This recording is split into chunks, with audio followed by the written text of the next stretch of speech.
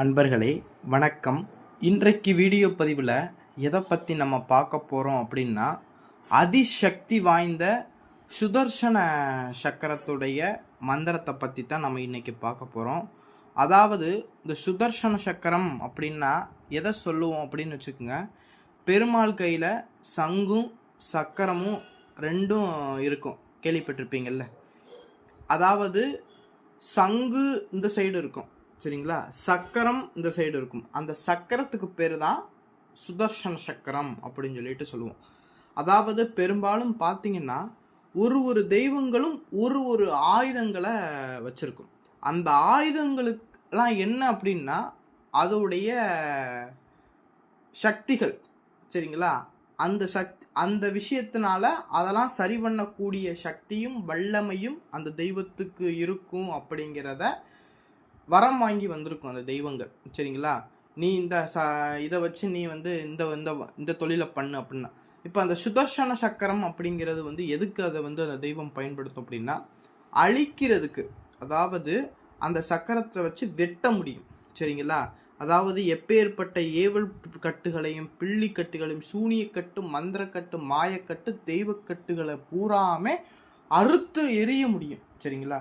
அதனால தான் ஒவ்வொரு தெய்வங்களும் ஒவ்வொரு ஆயுதங்கள் வச்சுருக்கும். திரிசூலத்தால் என்ன செய்யணும்னா எதிரியை அழிக்க முடியும், சரிங்களா. அது மாதிரி என்ன அந்த தெய்வம் சிலையில் என்ன ஆயுதங்கள் இருக்குது அப்படிங்கிறத பார்த்து அந்த தெய்வங்களுக்கு என்ன முடியும், இதை செய்ய முடியுமா, இதை அருள்பாலிக்க முடியுமா அப்படிங்கிறத நம்ம சொல்ல முடியும். அதனால தான் பெரும்பாலும் பார்த்தீங்கன்னு வச்சுக்கோங்க, காளிக்கெல்லாம் பார்த்தீங்கன்னு வச்சுக்கோங்க, எல்லா ஆயுதமே வச்சுருக்கும், சரிங்களா. ஏன்னா காளினால் முடியாத விஷயங்களே கிடையாது அப்படிங்கிற மாதிரி ஒரு தெய்வங்கள் நிறைய ஆயுதங்கள் வச்சுருக்கும். ஒரு தெய்வம் 4 ஆயுதங்கள் தான் வச்சுருக்கும். ஒரு தெய்வங்கள் ஆயுதமே இல்லாமல் சும்மா அபய கஷ்டத்தோடு இருக்கும், சரிங்களா. அது மாதிரி இன்னைக்கு பார்க்க போகிறது என்னென்னா, அந்த சுதர்சன சக்கரம்னு சொல்லக்கூடிய அந்த சக்கரத்துக்கு உண்டான மந்திரத்தை சொல்லி எப்படி நம்ம மந்திரிச்சு விபூதி கொடுக்குறதோ இல்லை எப்படி அதை உருவேற்றி ஒருத்தவங்களுக்கு ஏவல் பிள்ளி செய்வனை சூனினால் பாதிக்கப்பட்டவங்களுக்கு இந்த மந்திரத்தை சொல்லி நம்ம கொடுக்கும்போது அவங்கள்ட்ட இருக்கக்கூடிய துஷ்ட சக்திலாம் என்ன செஞ்சிடும்னா வேரோட அறுத்து எரிஞ்சுக்கும் அந்த சுதர்சன சக்கரத்துடைய மந்திரம், சரிங்களா.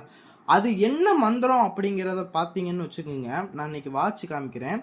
இந்த மந்திரத்தை நம்ம என்னைக்கு வேணால் ஜெபிக்கலாம், சரிங்களா. இது இன்ற காலகட்டத்துக்கு தான் இதை ஜெபிக்கணும் அப்படிங்கிற அவசியம் கிடையாது, சரிங்களா.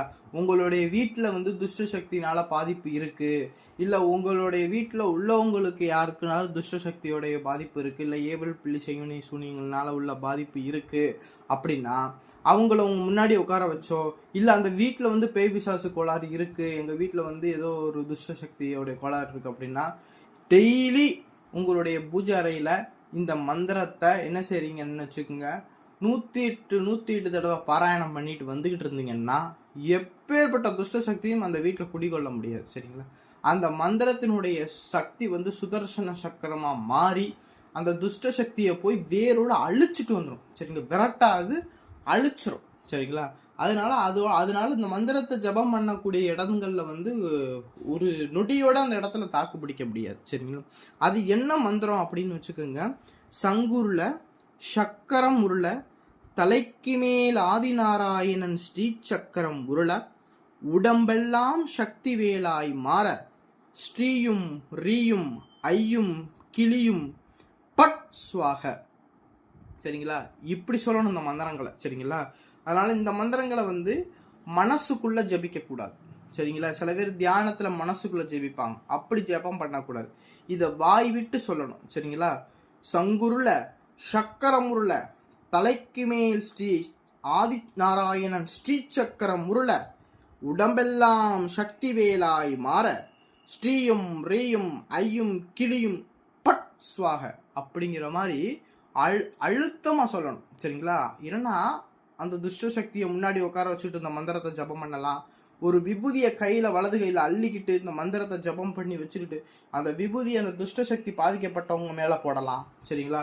இல்லை ஒருத்தவங்க எங்கள் வீட்டில் பேய் பிசாசு கோளாறு இருக்குது, ஏவல் பிள்ளி செய்வனை சூனியம் கோளாறு இருக்குது அப்படின்னா அவங்க உங்களை தேடி வந்தாங்க அப்படின்னு வச்சுக்கோங்க. ஒரு எலுமிச்சம்பழங்கனியை கையில் வச்சுக்கிட்டு இந்த மந்திரத்தை ஒரு 108 தடவை உரு ஏற்றி அதை வாசலை கட்ட சொல்லலாம். தேங்காயில் உரு ஏற்றி வாசலை கட்ட சொல்லலாம். குங்குமத்தில் உரியேற்றி 108 தடவை உரியேற்றி இந்த குங்குமத்தை டெய்லி நீங்கள் அணிஞ்சிக்கிட்டு வச்சுட்டு வாங்க அப்படின்னு சொல்லிட்டு உரியேற்றி கொடுக்கலாம். சரிங்களா?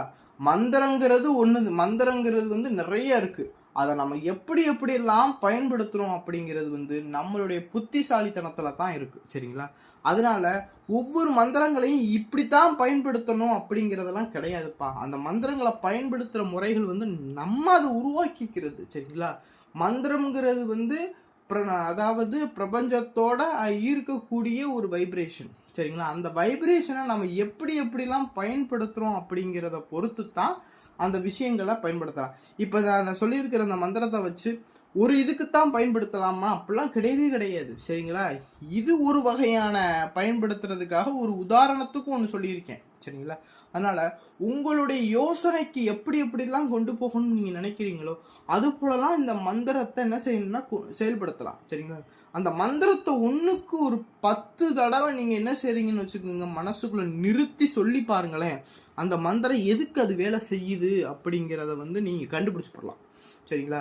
அதனால் நான் யூடியூப்பில் வந்து என்னுடைய இதுக்கு சொல்கிறேன். ஒரு உதாரணத்துக்கு எல்லாத்தையும் சொல்ல முடியாதுல்ல. இதுக்கு 1,00,000 தடவை அந்த ஒரு மந்திரத்தை வச்சு 1,00,000 முறையில் செய்யலாம். அந்த 1,00,000 முறையும் உங்கள்கிட்ட நான் சொல்ல முடியாதுல்ல.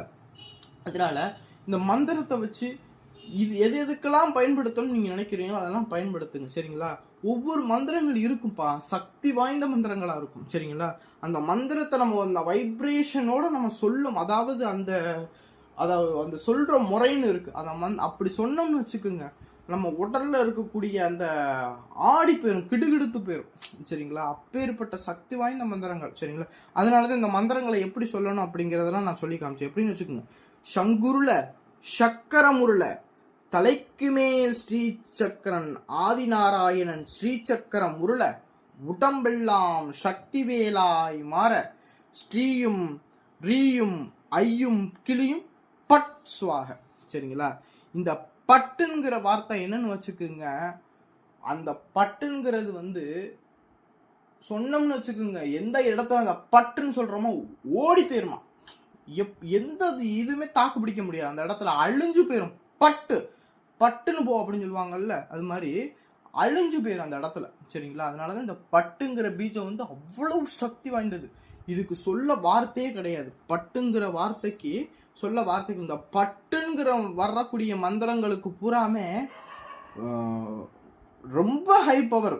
சரிங்களா? அதனால இந்த மந்திரத்தை வந்து என்ன செய்யுங்கன்னு வச்சுக்கோங்க, நான் சொன்ன முறையில் உட்காந்து சொல்லுங்க வீட்டில். சரிங்களா? இப்போ ஒருத்தவங்களுக்கு ஏவல்னால பாதிக்கப்பட்டிருக்காங்க அப்படின்னா அவங்க இந்த மந்திரத்தை சொல்லலாம். சரிங்களா? இல்லை எனக்கு வந்து ஏவல் இப்போ யாரோ எனக்கு செய்வனை வச்சு ஏவல் பண்ணி விட்டுருக்காங்க, என்னால் நிம்மதியை தூக்க வர மாட்டேன்னு என் உடம்புலாம் என்னமோ பண்ணுது அப்படின்னு சொல்லிடுறவங்க இந்த மந்திரத்தை உட்காந்து டெய்லி சாயந்தரம் 6 மணிக்கு மேலே உங்கள் வீட்டில் ஒரு நெய் விளக்க போட்டுவிட்டு அந்த மந்திரத்தை ஒரு 107 தடவை டெய்லி நீங்கள் பாராயணம் பண்ணுங்க. சரிங்களா? ஒரு பேப்பர் எழுதி வச்சுட்டோட படிங்க. சரிங்களா? இதெல்லாம் படிச்சிங்கன்னு வச்சுக்கோங்க, உடல் அதனால இருக்கவே முடியாது, ஓடி போய் அறுத்து எரிஞ்சுக்கணும் அந்த சக்கரம். சரிங்களா? சக்கரத்தோடைய மந்திரம். இல்லை இந்த மந்திரத்தெல்லாம் சொல்லுங்க. பேய் பிடிச்சவங்க முன்னாடி உட்காந்துருக்காங்க, இந்த மந்திரத்தை சொல்லி உச்சந்தையில் ஓங்கி அது தலையில் அடிச்சிங்கன்னு வச்சுக்கோங்க, ஓடியே போயிடும். ஐயோ அப்பா சாமி இனிமேல் இவள்கிட்ட வரவே கூடாதரா அப்படின்னு சொல்லி ஓடி போயிடும். அந்த அளவுக்கு பவராக இருக்கும். சரிங்களா? அதனால எல்லாருமே இந்த மந்திரத்தை பயன்படுத்தி பாருங்க. எல்லாருமே தெரிஞ்சுக்குங்க, இந்த மாதிரிலாம் விஷயங்கள் பயன்படுத்தினோம்னா இப்படிலாம் நம்மளுக்கு இது வேலை செய்யும் அப்படிங்கிறத தெரிஞ்சுக்குங்க. இந்த வீடியோ பதிவு பிடிச்சிருந்துச்சு அப்படின்னா நம்மளுடைய சேனலை வந்து சப்ஸ்கிரைப் பண்ணுங்கள். இந்த வீடியோ உங்களுக்கு பிடிச்சிருந்துச்சு அப்படின்னா நம்மளுடைய வீடியோக்கு கீழே உள்ள லைக் பட்டனை ப்ரெஸ் பண்ணுங்கள். நன்றி, வணக்கம்.